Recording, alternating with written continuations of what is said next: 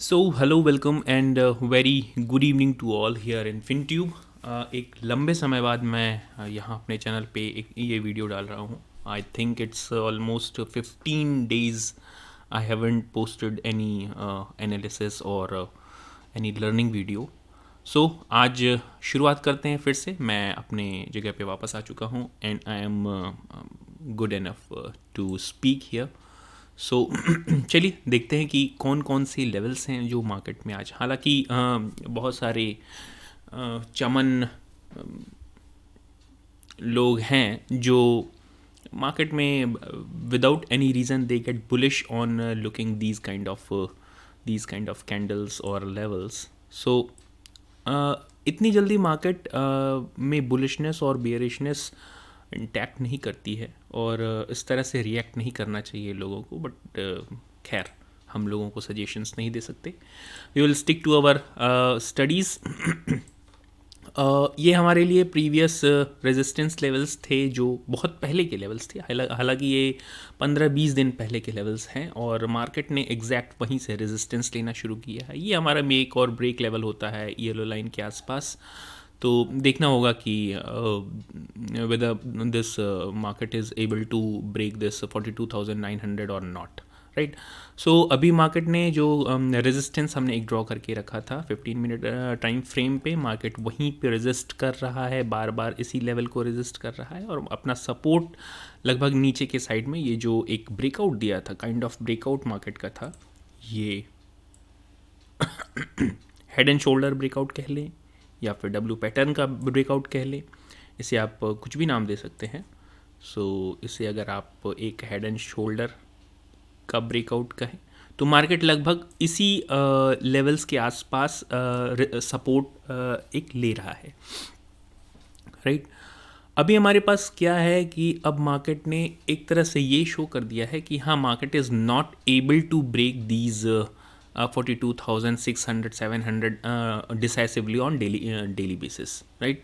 और बार बार आप देख रहे होंगे यहाँ से रिवर्स किया, रेजिस्टेंस, रेजिस्टेंस एंड रेजिस्टेंस। तो 4-5 टाइम्स पे इन लेवल्स के आसपास मार्केट ने रेजिस्टेंस ले लिया है और डाउन साइड में 1 2 number of times, 2 3 number of times here also. तो इसके बाद मार्केट का जो सपोर्ट बनता है, इमीडिएट सपोर्ट बनता है 41,900 के ही आसपास बनता है। 1,900 अगर ब्रेक होता है then we will reach up to this make and break level which is a make and break level. Now let's see what is this. This is 41,580 to 41,600। तो 41,600 तक के लेवल्स को अगर हम 41,900 का लेवल ब्रेक करते हैं और 41,000 टू बी मोर स्पेसिफिक 41,880 के लेवल्स को ब्रेक करते हैं, हम तेज़ी से डाउन साइड में 41,610 और 41,580 के आसपास 610 और 580 41,000 इसके आप आगे जोड़ लीजिएगा, राइट। ये हमारे लिए सपोर्ट लेवल्स बनेंगे अभी इमीडिएट लेवल पे। और अगर हम लार्जर टाइम फ्रेम पे जाके मार्केट की एनालिसिस अगर करें, थोड़ा सा लार्जर टाइम फ्रेम पे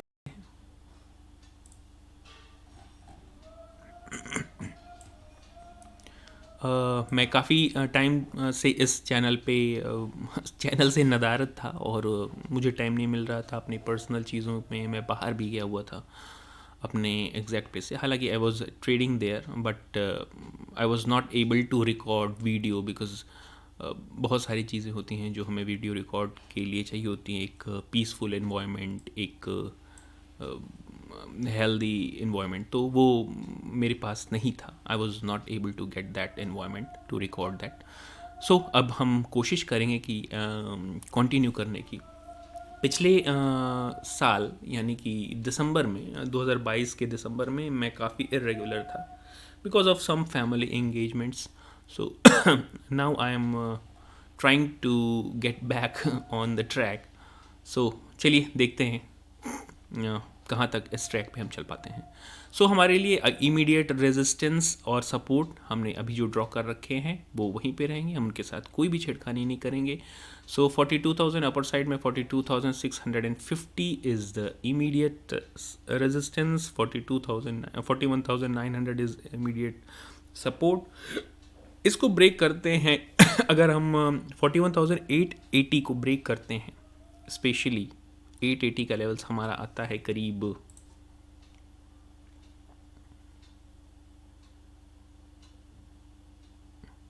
इन्हीं लेवल्स के आसपास। तो अगर हम इसको ब्रेक करते हैं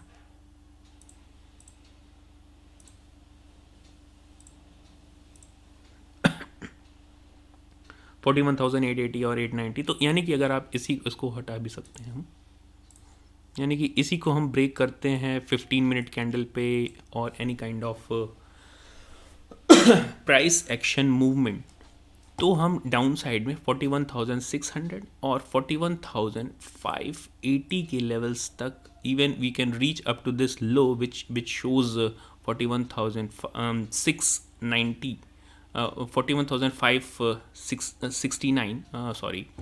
तो अगर इसको आप कहें तो 570 या 580 के आसपास, 41,570 टू 80 के आसपास, 70-80 के आसपास हमें एक सपोर्ट लेना चाहिए, इमीडिएट सपोर्ट अगर आप कहें तो। सिमिलरली अपर साइड में हमारे पास बहुत ज़्यादा अपॉर्चुनिटीज़ नहीं होंगी, क्योंकि मार्केट लगातार इन्हीं लेवल्स के आसपास जाकर रेजिस्टेंस ले रहा है। अगर आप पहले देखेंगे, मार्केट ने इस लेवल को एक सपोर्ट की तरह रिएक्ट किया था और अप साइड में गया था, फिर इस लेवल पे आके सपोर्ट लिया और अप साइड गया, और इसके बाद मार्केट ने इस 42,600-700 के लेवल्स को एक resistance which was our support now became the resistance. ये टेक्निकल एनालिसिस की बहुत ही बेसिक चीज़ है कि अगर हम जहाँ पे रेजिस्टेंस ले रहे होते हैं उसको ब्रेक करके सस्टेन करते हैं, वो हमारे लिए एक सपोर्ट की तरह काम करता है, और जो हमारा सपोर्ट होता है अगर हम वहाँ पे ब्रेक करके डाउन साइड जा रहे हैं तो वो हमारे लिए एक रेजिस्टेंस की तरह काम करने लगता है।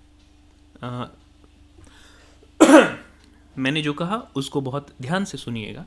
जो हमारा सपोर्ट रेजिस्टेंस होता है, अगर वो ब्रेक होता है तो एक सपोर्ट की तरह काम करने लगता है, और जो हमारा एक सपोर्ट होता है वो ब्रेक होता है तो एक रेजिस्टेंस। सो resistance become support, support becomes resistance. हमारा पहले ये सपोर्ट था, सपोर्ट जब ब्रेक होता है नीचे के साइड में हम ट्रेड करना शुरू करते हैं सस्टेन करके, ये हमारे लिए एक जो सपोर्ट था वो अब रेजिस्टेंस में कन्वर्ट हो जाता है। तो अभी ये हमारे लिए यहाँ पे रेजिस्टेंस ले रहा है, इसने फिर यहाँ पे रेजिस्टेंस लिया, इसने फिर यहाँ पे रेजिस्टेंस लिया, राइट। और अभी अगर आप देखेंगे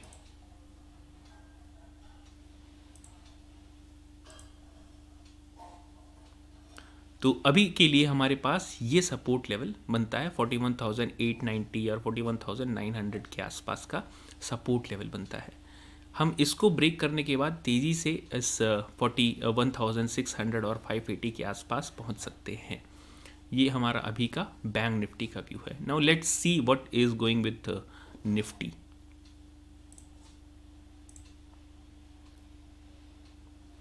Nifty the story of Nifty is more or less same. So ये निफ्टी को हमने एक चैनल पैटर्न में कन्वर्ट किया हुआ है यहाँ पे पहले शायद। तो अगर हम डेली टाइम फ्रेम पे जाएंगे तो आप देखेंगे कि बहुत सारे रेजिस्टेंस और सपोर्ट हमने क्रिएट कर रखे हैं। इनको आप हटा भी सकते हैं, बट एक रेफरेंस के लिए आप देख सकते हैं। तो हमने पहले जो मेक और ब्रेक लेवल क्रिएट कर रखा था उसके आसपास ही मार्केट होवर कर रहा है। ये एक होवर कैंडल ही कहा जाएगा इसे, और इस कैंडल पे people were very bullish on this kind of candle, इस ग्रीन कैंडल पे। और इसके पहले उन्हें ये देख लेना चाहिए कि मार्केट का मेजर ट्रेंड क्या है। सो the major trend of market is still down on daily basis, right? on daily basis market का major trend डाउन साइड में ही है, तो हम बहुत ज़्यादा बुलिश तभी होंगे जब हम एक मेजर मेक और ब्रेक लेवल को ब्रेक करेंगे, विच कम्स अराउंड 18,235। हमारा ये मेक और ब्रेक लेवल होगा। 18,250 को अगर हम ब्रेक करते हैं तभी हम अपर साइड में कन्विंस हो पाएंगे कि हाँ that is the right place to go long at least. और आज की कैंडल बनने के बाद तो ये चीज़ और भी अश्योर्ड हो जाती है। Now let's come back to our shorter time frame candles, not 1 minute but 1 hour. एक चीज़ बहुत ज़्यादा इंपॉर्टेंट है, 1 मिनट कैंडल का यूज़ आप लोग ना करें तो ज़्यादा बेहतर है, because most of the trader get their big losses when they are on 1 minute time frame analysis. So बहुत ही 1 मिनट टाइम फ्रेम की कोई मतलब नहीं बनता है उस तरह से। खैर that depends on person to person. चलिए, अभी जो हमारा चैनल पैटर्न बना आ रहा था, हम इसी चैनल पैटर्न के अंदर ही हैं। हमारा इमीडिएट सपोर्ट जो अब बनता है वो लगभग 17,800 के आसपास ही आता है, 17,800 के आसपास आता है। और 17,750 एक मेक और ब्रेक लेवल हो सकता है। तो इसको हम अपने येलो मार्क से मार्क कर लेते हैं।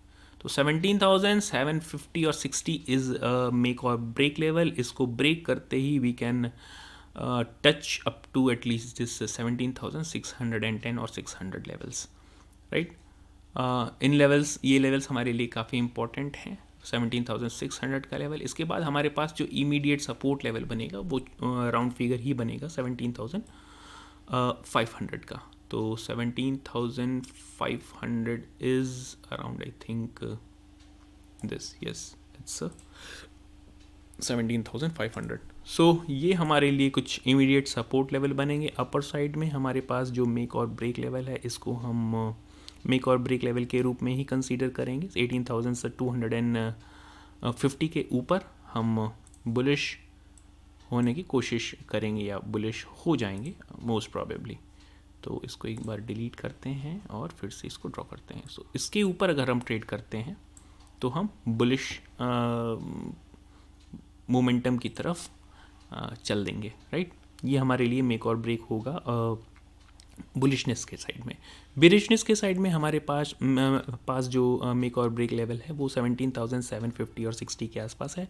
इसको हम ब्रेक करते ही डाउन साइड में मूव करेंगे, which will come around 17,600, right. So ये अभी के लिए हमारे पास कुछ लेवल्स हो गए। इसके बाद हम थोड़ा सा 15 मिनट टाइम फ्रेम पे चल के इसकी एनालिसिस कर लेते हैं, which will help us more better to understand this market.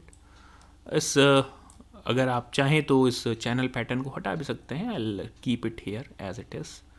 मैं ऐसे ही रहने दूंगा अभी। और आप अगर देख रहे हो तो हम यहाँ पे बार बार इसे सपोर्ट की तरह पे रिएक्ट कर रहे हैं। तो 17,780 और 17,750 is going to be the one of the strongest support for us. But if it breaks, देखिए हम इसे कितने टाइम पे एज अ सपोर्ट रिएक्ट कर चुके हैं, 1 2 नंबर ऑफ टाइम्स इन 3। सो किसी भी सपोर्ट और रेजिस्टेंस को अगर हम बार बार हिट करते हैं दैट बिकम्स वीकर, और जितनी बार हम हिट करते हैं वो कमज़ोर होता जाता है। ऐसा नहीं होता है कि हम वहाँ पे जितनी बार हम हिट करेंगे, यानी कि अगर इसको हम अगली बार हिट करते हैं तो ये और भी कमज़ोर होगा, और there are chances that it may break forcefully, right. So ये ब्रेक होने के काफ़ी ज़्यादा चांसेस हो सकते हैं मार्केट में, but that will depend on different kind of scenario कि अभी बजट आने वाला है हमारा, 2023-24 का बजट होगा, और this is going to be the last full fledged budget for this government. और इसके बाद हमारे पास पार्लियामेंट्री इलेक्शंस होंगे, तो देखना ये होगा कि बजट में किस तरह के जो कहते हैं कि फ्री बीज या फिर लोक लुभावन शब्द का प्रयोग आप कर सकते हैं कि लोक लुभावन टैक्स पॉलिसीज़ या फिर कॉरपोरेट टैक्सेस और किसी भी तरह के रिलीफ अगर मिलता है मार्केट में तो मार्केट को एक रिलीफ मिल सकता है वहाँ से। ये जो लास्ट बुलिशनेस आई थी यूएस मार्केट में, सीपीआई डेटा रिलीज़ हुआ था, consumer price index CPI data release हुआ था और जो मुझे ज़्यादा याद नहीं है but as it was expected कि काफ़ी अच्छा डेटा आएगा और महंगाई या फिर इन्फ्लेशन जो है वो कम होगा। तो वैसे ही 6.7 के आसपास और 6.6 के आसपास, मुझे exactly remember, I do not exactly remember this, but काफ़ी अच्छा डेटा आया था। उसके बेसिस पे लोग ने इंडिया में भी ये एंटिसिपेशन करना शुरू कर दिया कि that we are going to react on same. हालांकि कुछ हद तक हमने रिएक्ट भी किया, आज हम अच्छा खासा गैप अप ओपन हुए, बट वो गैप अप सस्टेन नहीं कर सका। रिमेंबर द थिंग, हमेशा ग्लोबल मार्केट पे रिएक्ट करना और इंडियन मार्केट्स की जो इंटरनल सिनेरियो है, जैसे कि आज कल यानी वीकेंड्स में सैटरडे संडे को HDFC के क्वार्टरली रिजल्ट्स काफ़ी अच्छे आए थे। So people were getting very much bullish on bank side और बैंक निफ्टी और specially on HDFC bank. So we will look at, so these are the levels you can mark it here. We are going to move in HDFC Bank. HDFC Bank अगर आप chart एक बार देखें, gap up open हुआ, gap up open sustain नहीं कर सका। इसका मतलब क्या है कि मार्केट ने इसकी जो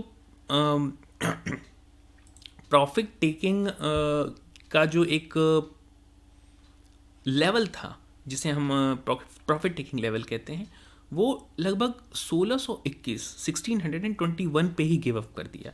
यानी कि 1621 से ऊपर मार्केट को नहीं, या HDFC बैंक को नहीं देखना चाहता है मार्केट, राइट। और यहीं पे प्रॉफिट टेकिंग कर ली, यानी कि जो रिजल्ट्स आए थे उसने यहीं पे प्रॉफिट टेकिंग कर ली। और इसके बाद आप इसका अगर लो देखेंगे तो 1580 के आसपास लगभग, यहाँ से अगर हाई से अगर आप देखेंगे तो 40 पॉइंट का डाउन साइड इसने इंट्राडे लेवल्स पे लगाया था।